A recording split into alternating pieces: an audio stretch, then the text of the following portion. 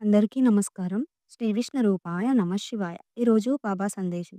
బిడ్డా, ఈరోజు నువ్వు ఎంతలా ఏడ్చావో నాకు తెలుసు. ఎంత దుఃఖంలో ఉన్నావో నీవు ఎవరితోనూ చెప్పలేక మౌనమైపోయావు. నీ నవ్వు వెలిసిపోయింది. నీ గుండె లోపలే విలవిల్లాడుతోంది.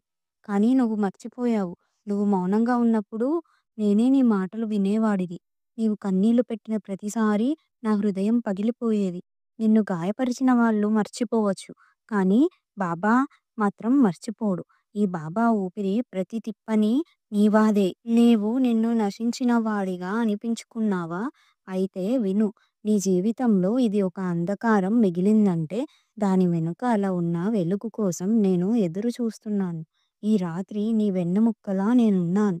నిన్ను బలంగా నిలబెట్టడానికి, నిన్ను మళ్ళీ నిండుగా నవ్వించడానికి ఈ బాబా నీ వెంటే ఉన్నాడు. ఈ కన్నీటి ఆరుబాటలో ఓ ప్రేమ నిగారింపుగా మారి వస్తున్నాడు.